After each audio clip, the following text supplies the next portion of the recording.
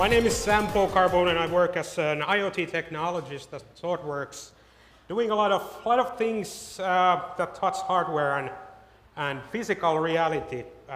Basically, traditionally called firmware development. Firmware is nothing new, but getting all these things connected to internet, of course, opens all kinds of interesting backdoors and security risks, and that has been widely publicized. So it's like we used to just put the thing inside the steel box, fill the steel box with epoxy, and problem solved. But now that everything is connected to internet, not so simple.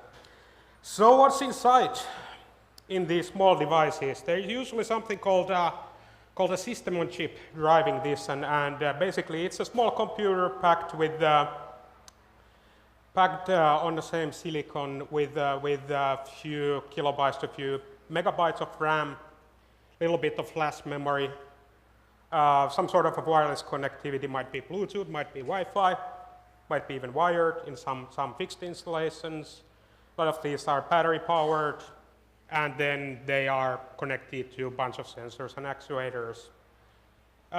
Definitely in this low cost range that I'm focusing on, they are usually not powerful enough to run a big OS.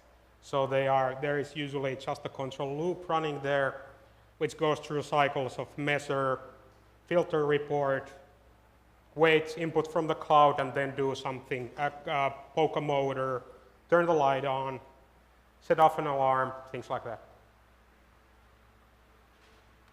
So, because of all these constraints, a lot of this thing gets written in C and C++, and then I often hear, hey, why cannot we write with my favorite trendy language? And it's because the CPU and memory is so scarce, and we need to have, like, in certain applications, especially like motor control, motion control, we need good timing accuracy, and not and every like VM-based solution doesn't exactly deliver that.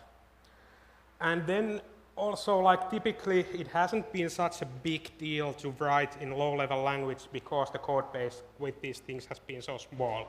But that's changing rapidly. And then, yeah, usually it's like, okay, when you get your Java virtual machine finally running on your device, someone comes up with something smaller, something even cheaper that doesn't run JVM, and we are back in C land.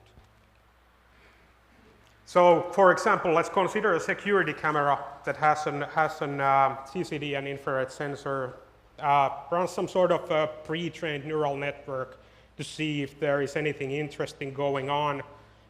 Hey, there is a person walking, so I get the heat signature, I get the picture of person walking. I need to start streaming this video to a cloud storage server that analyzes if it's a good guy or bad guy walking there. And then also its role would be to actuate the pan zoom motors. It can also run on solar batteries, so you might have power constraints as well. And of course, the typical thing is like sooner or later someone gets a fantastic idea. Hey, let's see if we can poke the firmware so that every Friday 13th the camera sees nothing of interest. But they will fix it by putting a firewall in front of it. What could go wrong with that? So that firewall idea, yes, you need that, and there are IoT-specific ones, but from a software developer point of view, I'm specifically looking for defense in depth, so that if the firewall gets compromised, what can we do in our code base to make the thing safer? And a lot of this bad news, of course, comes from the fact that a lot of this firmware was not designed to be secure in the first place. So that's what we need to do, security from day one. We need to take a lot of things and start considering, like, how do we handle our memory, how do we detect our logic box, how do we prevent unauthorized modification of firmware. And then interestingly, and very different from your desktop computers, how do you know that the device has been compromised? Because you don't have screen that weird things start happening, or you don't see a slowdown or something like that. So that is a big topic of its own talk, like smart detection algorithms, that if your device is actually sending something it shouldn't be sending, then we detect that. Then we have password update, key revoke problems, and of course updates, possible side channel and man-in-the-middle attacks, so the encryption needs to be on for the communication so that no one else can pretend to be the cloud. So in developer reality, that usually translates to something we need to consider, like stack and heap corruption, out of bounds, reads and writes, usually off by one, curiously. Exploitable concurrent access, so if you have data races, that might be exploitable. Initialization errors, configuration errors. Have we configured our camera to look at right things? Or can someone actually send a wrong configuration to the thing? Or can someone downgrade our firmware so that now it has contains a known backdoor vulnerability that they can exploit? So can we impact this? Can we make our life easier by choice of programming language? And fortunately, we can. So some new ideas are coming up. So it's like of course traditionally we have C, works perfectly, works in tiny devices if your code is 100% correct. C++, okay, this is fantastic.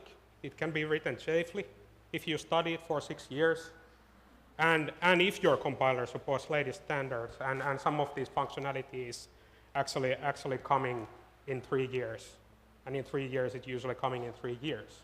By the way, C++ is my main language, so hence the rant. But yeah, so we have, if you have a memory available, little bits, then we have a bunch of options: JavaScript, Python, Lua. Non-real time, so it's like timing with these things, like if you need to do precise timed motor control or measurements, maybe not your best language of choice. But then we have Golang, works near real time, really nice with concurrent programming. And then one of my favorites, Rust, which is also like gives almost as fine-grained control as C does. Yeah, but it is. Impact of TDD. So 2 guys and 2 sets of eyes, always better than one. And of course, it's like then you could have a situation that your firmware runs either on simulator or an actual thing, and every time someone commits something, the entire thing gets tested, and you have at least some confidence that you didn't introduce any backdoors by accident. And TDD definitely can be done even with C. Not a lot of great test frameworks out there, but so you with C and these kind of low-level languages, you usually end up hand-rolling your test frameworks a little bit more. And then, of course, your automated test and CI. So your CI infrastructure plays a great role in security. So basically, what you can do with the device is that you can actually have a rack of your device under test. Coder does a commit, and then your CI environment actually push the new firmware to, let's say, a real security camera. The tests run inside the camera, and the camera reports back, okay, there was no failed test. This thing is safe to commit. An idea is that you can get an immediate alarm, and you can get your code pipeline stopped if someone tries to commit something that doesn't pass the security test suite, and that is basically stops insecure products getting out, at least with the known bugs that have test for. One interesting thing is, like, if you have a little bit more sophisticated device, you probably don't want to write everything by yourself, so you use libraries, maybe some real-time OS, and the question then becomes, can you trust them? How do you get update notifications when these things get security fixes, and are we configuring them right? Are we using them right? Are they digitally signed so that we know that this change to our dependency came from reputable source? And how do they control their code quality? Who are the persons that they give access to their code base? A lot of considerations with an open source. One thing that often is overlooked in software is that there is like a host of things that hardware can help you with. And it's sad to see a lot of these features go unused in many devices. So a lot of these modern system of on chips, they offer you hardware encryption. So hardware accelerated encryption, and they might have a little bit of secured memory on die for secure key storage, which is important. Then one maybe most often attacked thing is the bootloader. So a lot of modern system of on chips have a automatic verification of if someone has modified the bootloader, the signature doesn't match, it just refuses to boot or sends an alarm. And that is also something to test, because of course if something refuses to boot, then it's potentially also a denial of service pathway, so that's something to consider. And they help with digital signing and data execution prevention, which is like one of those things that helps to mitigate buffer overflows and the heap overflows.